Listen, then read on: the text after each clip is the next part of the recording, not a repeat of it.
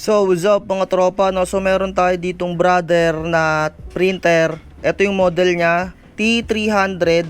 So, kung yung monitor niyo dito ng screen nakalagay maintenance, para mag-exit kayo dyan, pipindutin nyo lang yung up na arrow. Pindutin nyo lang yan. Gawin yung 9. Tapos, pindutin nyo lang yung okay. Ayan o, 9 na.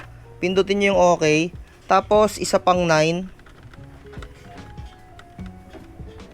Ayan, 9 ulit. Okay nyo ulit.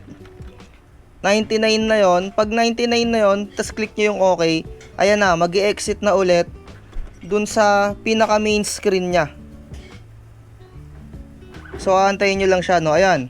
So, ready to print na yan pagka ganyan.